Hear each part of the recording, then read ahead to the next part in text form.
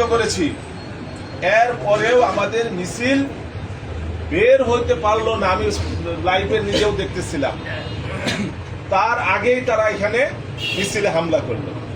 এরপরে কি করলো, তারা সেখানে বিস্ফোরণ ঘটাইলো, ককটেল বিস্ফোরণ ঘটাইলো এবং ওই ট্রাক ড্রাইভার্স ইউনিয়নের ওইদিকে লাইভ গ্যাস হাসপাতাল ওই দিক থেকে গুলিও করেছে। এটাও প্রত্যক্ষদর্শীরা আমাকে বলেছে। তাহলে এটা কি ধরনের আচরণ? আমরা গত 15 বছর আন্দোলন করেছি স্বৈরাচারের বিরুদ্ধে, মত প্রকাশের স্বাধীনতার জন্য, মিছিল মিটিং করার অধিকারের জন্য। আর আজকে আমাদের মত প্রকাশ করতে দিবে না, মিছিল মিটিং করতে দিবে না।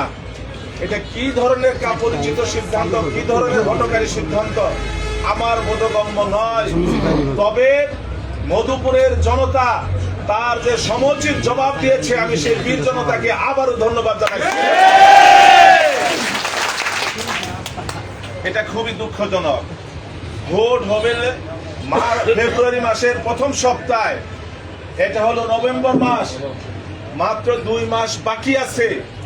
এখন কি আমি বাদ দিলাম যে আমাদেরকে তো ওই যে ধনবাড়ি থেকে একজন এসে বলেছে এরা নাকি কেউ বিএনপি করে না, আমিও নাকি বিএনপি করি না, এরকম সন্দেহ পোশাক এরা তো ভোটার নাকি?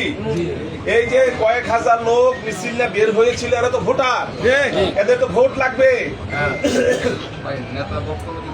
এরা স্ব এলাকায় বিশিষ্ট ব্যক্তি, তারা দীর্ঘদিন রাজনীতি করেছে, সংগ্রাম করেছে, জেল খেটেছে, মামলার আসামি হয়েছে। তাদের সমাজ আছে, তাদের পরিবার আছে, তাদের আত্মীয় স্বজন আছে, এক একজনকে ঘিরে শত শত ভোট। তাহলে এদের ভোট কি লাগবে না? কোনো বিবেচনা করলো না, অতর্কিত হামলা করে বসলো, ককটেল ফাটাইলো। এটা কি ধরনের কাজ, কি ধরনের ভোট চাওয়া আমি বুঝি না। তারা যেখানে দিনে দিনে ভোট বাড়াবো, আমরা আমাদের ভোটের ব্যবধান কমাবো, সেই সময় আগে নিজের দলের ভিতর আক্রমণ করে ভোটের ব্যবধান তারা কমাই ফেলতেছে। এখন নিজের পায়ে যদি নিজে কুড়াল মারে, আমাদের কিছু করার আছে? কোনো কিছু করার নাই। তবে আমি এই ঘটনার তীব্র নিন্দা জানাই, প্রতিবাদ জানাই এবং ধিক্কার জানাই এবং বলতে চাই যে 2টা হাসপাতালে সামান্য কিছু ক্ষতি হয়েছে, এজন্য দুঃখ প্রকাশ করছি। তবে এইখানে কিন্তু ওই যে যারা সন্ত্রাসী হামলার এই সমস্ত সন্ত্রাসী গডফাদাররা, নেতারা কিন্তু ওইখানে আশ্রয় নিয়েছিল এবং সেই জন্যই জনতা সেই দিকে গিয়েছিল। কিন্তু আল্লাহ রহমত যে জনতার দরজা ভেঙে তাদের কাছ পর্যন্ত যায় নাই, বড় ধরনের কোনো ঘটনা ঘটায় নাই। তারা বুদ্ধিমত্তার পরিচয় দিয়েছেন, তারা ধৈর্যের পরিচয় দিয়েছেন। সেই জন্য ওই যেহেতু সন্ত্রাসীরা ওই দিকে গিয়েছে, জনতা তাদেরকে পিছু ধাওয়া করে ওই হাসপাতালের দিকে গিয়েছে। এইটুকুতে যদি কিছু ক্ষতি হয়ে থাকে, আবার আমি দুঃখ প্রকাশ করছি এবং আমাদের নেতৃবৃন্দ কিন্তু ফিরিয়েছেন, না হলে আরো বড় ধরনের ঘটনা ঘটে যেত। কিন্তু আমরা সেই ধরনের কোনো ঘটনা ঘটতে দিব না, ঘটতে হতে চাই না। একজন উপজেলা বিএনপি সভাপতি ধনবাড়ি, সে বলে আমাদের নেতা আব্দুর রাজ্জাক আওয়ামী লীগের প্রেসিডেন্ট সদস্য, এরকম বক্তৃতা করছে না? যে লোক আওয়ামী লীগের নেতাকে, স্বৈরাচারের মন্ত্রীকে প্রশংসা করে বক্তৃতা করতে পারে, সেই লোকের মুখে তো কোনো কথা আটকাবে না। একজন নির্বাহী কমিটির সদস্যকে যেভাবে কটাক্ষ করে বক্তৃতা দিয়েছে, এটা কোনো দায়িত্বশীল ব্যক্তির মুখ থেকে হতে পারে না। এই লোক যে কথা বলেছে, সেটা তারা যার পক্ষে কাজ করে তার ক্ষতি করেছে। সাধারণ ভোটাররা কিন্তু এই বক্তব্য সঠিকভাবে নেয় নাই, ভোটারদের কাছে কিন্তু এই বক্তব্যটা ভালো লাগে নাই। এবং 2 উপজেলা সভাপতি, তাদের মুখ থেকে এই ধরনের মানে কি বলবো দায়িত্বহীন বক্তব্য, এটা আমরা আশা করি নাই। নমিনেশন তার চূড়ান্ত হয় নাই, প্রাথমিক। মহাসচিব বারবার বলছেন যে এটা প্রাথমিক, এবং এই প্রাথমিক মনোনয়নের বিরুদ্ধে পরিবর্তনের দাবিতে সারা বাংলাদেশে আন্দোলন হচ্ছে। আমরাও পরিবর্তনের জন্য আন্দোলন করে যাচ্ছি, আপনারা করতেছেন।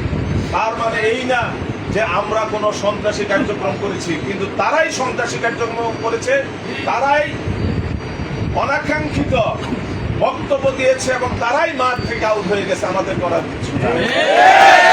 তো এই বক্তৃতার তীব্র নিন্দা এবং প্রতিবাদ জানিয়ে বলবো যে ভবিষ্যতে আপনারা এই ধরনের বক্তৃতা দিবেন না। থুতু উপরে ফেললে নিচে পড়ে, মানুষ এগুলো ভালোভাবে নিচ্ছে না। এখানে যদি নির্বাচনটা শুধু বিএনপির প্রার্থীর মধ্যে বিএনপির প্রার্থীর প্রতিযোগিতা হবে তা কিন্তু না, এটা ভিন্ন দলের প্রার্থী আছে এবং তারা সারা বাংলাদেশে আজকে আমাদের জন্য একটা হুমকি স্বরূপ দাঁড়িয়েছে। এই কাজ করে আমরা তাদেরকে এগিয়ে দিচ্ছি, এটা কখনোই দায়িত্বশীল ব্যক্তির পক্ষে এটা করা উচিত না, করা উচিত হয় নাই। আমি তাদেরকে বলবো যে আপনারা অবিলম্বে দুঃখ প্রকাশ করে আপনাদের এই বক্তৃতাগুলো আপনারা প্রত্যাহার করেন, না হলে আপনাদের জনগণের কাছ থেকে আপনাদের ভালো ফল পাবেন না। জনগণ আপনাদের কাছ থেকে মুখ ফিরিয়ে নিয়েছে এবং আবারও বেশি করে আপনাদের কাছ থেকে মুখ ফিরিয়ে নেবে। এখন আমি আবার আহ্বান জানালাম যে যে সমস্ত কথা হয়েছে এগুলো প্রত্যাহার করেন। আমাদের মধ্যে থেকে দু একটি আপত্তিকর কথা হয়েছে, আমি তার জন্য দুঃখ প্রকাশ করলাম এবং আপনাদেরকে বলবো যে আপনারা ভবিষ্যতে আর কেউ এই ধরনের আপত্তিকর কথা বা স্লোগান কেউ দিবেন না, বলবেন না, এটা আমার বিনীত অনুরোধ থাকবে। আর একটা কথা বলতে চাই, মনোনয়নের প্রশ্নে আমার প্রশ্ন দলের নেতার কাছে, হাইকমান্ডের কাছে, আমি যদি জনপ্রিয় প্রার্থী হই তাহলে আমাকে মনোনয়ন দিতে হবে, আর যদি আমি জনপ্রিয় না হই আমার কোনো কথা আর নাই। কিন্তু জনমতে আমি যদি আগে থাকি অবশ্যই আমাকে মনোনয়ন দিতে হবে।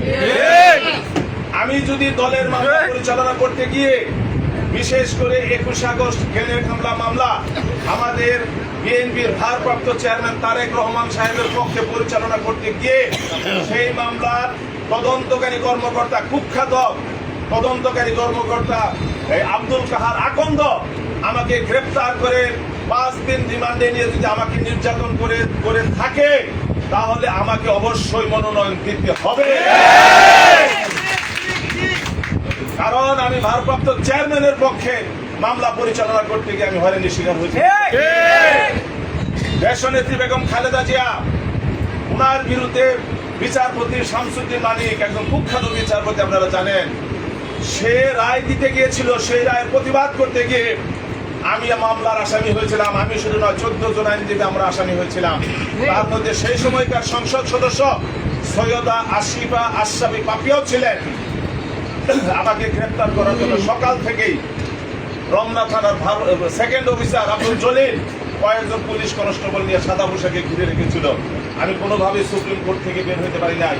অবশেষে 3 রাতে আমাকে সুপ্রিম কোর্টে আমাকে আইনজীবী সমিতির সভাপতির রুমে আশ্রয় নিতে হয়েছিল এবং আইনজীবী সমিতির ভবন পুলিশ ঘিরে রেখেছিল। এবং সেই মামলায় আমাকে গ্রেফতার করতে না পারে বগুড়ার একজন আইনজীবী মমতাজউদ্দিন আহমেদ, তাকে নির্যাতন করে পুলিশ হত্যা করেছিল, যেটা আমার উপর দিয়ে দেওয়ার কথা ছিল। তাহলে দেশনেত্রীর বিরুদ্ধে রায়ের প্রতিবাদ করতে গিয়ে যদি আমি মৃত্যুর সম্মুখীন হয়ে থাকি তাহলে মনোনয়ন আমাকে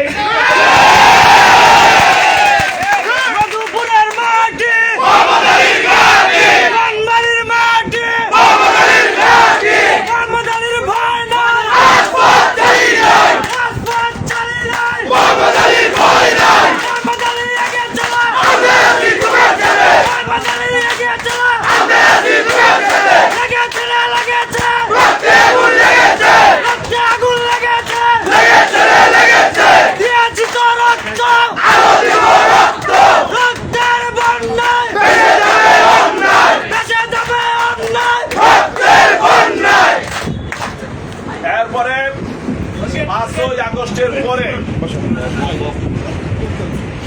আমাদের বীরতারা ইউনিয়নের কদমতলী গ্রামের উপজেলা যুব দলের যুগ্ম আহ্বায়ক সেলিম, যার পিতাকে আওয়ামী সন্ত্রাসীরা হত্যা করেছিল, সেলিমকে ছোট রেখে তার বাবা নিহত হয়েছিলেন, শহীদ হয়েছেন। সেই সেলিম বড় হয়ে রাজনীতি শুরু করেছে। সেই সেলিমকে এই ইউনিয়ন বিএনপির সেক্রেটারি এবং তার ছেলে এবং তার সংগঠন সন্ত্রাসীরা মিলা গুরুতরভাবে নির্মমভাবে আহত করেছে। এইটা গেল সেলিমের রক্ত। তাদের নেতার নির্দেশে হয়েছে। আজ পর্যন্ত সেলিমকে দেখতে যায় নাই, দুঃখ প্রকাশ করে নাই। সেলিমের রক্তে তাদের হাত রঞ্জিত। এই নুরুল্লাহ গ্রামের ৭৫ বছর বয়স্ক সুস্থ মানুষ ওসমান গনিকে তারা নির্মম ভাবে আহত করেছে। ময়মনসিংহ মেডিকেলে সে চিকিৎসাধীন ছিল। তাদের লোকদের মাধ্যমে অসুস্থ ছেলে ওসমান গনিকে হাসপাতাল থেকে ডিসচার্জ দিয়ে দিয়েছিল। আমি পরে ফোন করে তাকে ভর্তি করি। এরপরে এই বানিয়াজাম ইউনিয়নের বলদিয়াটা গ্রামের সুলতান ওয়ার্ড বিএনপির সাবেক সভাপতি কারা নির্যাতিত, তাকে মেরে গুরুতর রক্তাক্ত জখম করেছে, আহত করেছে। এরপরে এই 31 দফার আমি যে লিফলেট ছাপিয়েছি সেই লিফলেট বিলি করতে গিয়ে আরো একজন বয়োবৃদ্ধ বিএনপির নেতা এই চাকুরিয়া গ্রামে তাকেও নির্মম ভাবে আহত করা হয়েছে। 3 তারিখে প্রাথমিক মনোনয়ন ঘোষণা করা হয়েছে।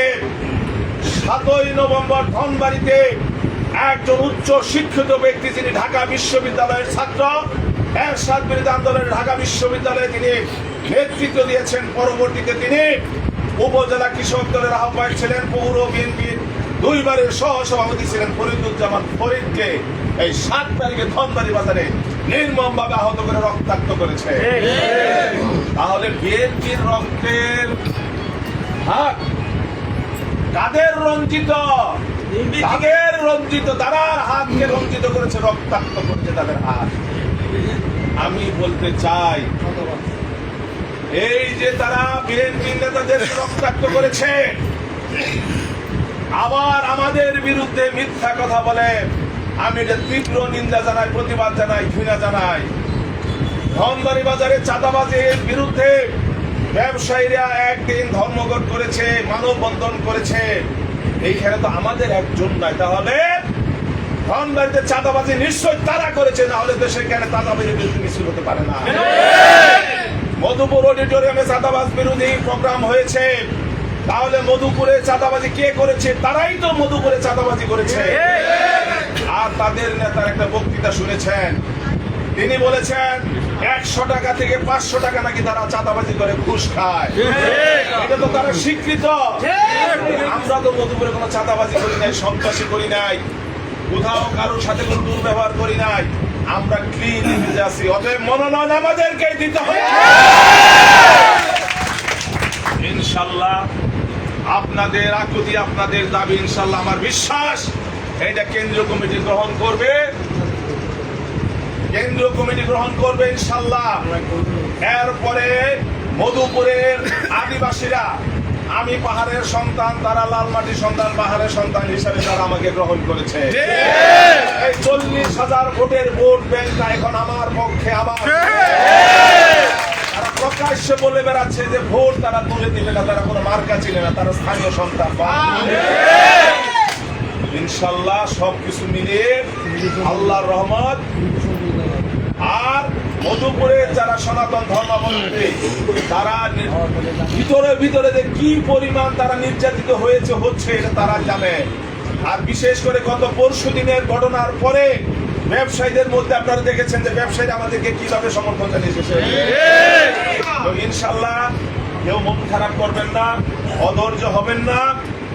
আশা করি দল আমাদের বক্তব্য গ্রহণ করবেন এবং আশা করি দল এই মধুপুরের আসন পুনর্বিবেচনা করবেন এবং সেই আশায় আমিও আছি ইনশাল্লাহ। আগামীকালের যে আপনাদের কর্মসূচি সেটা আপনারা সকলে মিলে সুন্দরভাবে আপনারা ব্যাপকভাবে করবেন। এই কথা বললেই আপনাদের প্রতি আবারও কৃতজ্ঞতা জানিয়ে আমার বক্তব্য শেষ করছি। শহীদ ওমর হোক, খালেদা জিয়া জিন্দাবাদ, তারেক রহমান জিন্দাবাদ, মধুপুরবাসী, ধনবাড়িবাসী জিন্দাবাদ, জিন্দাবাদ। হ্যাঁ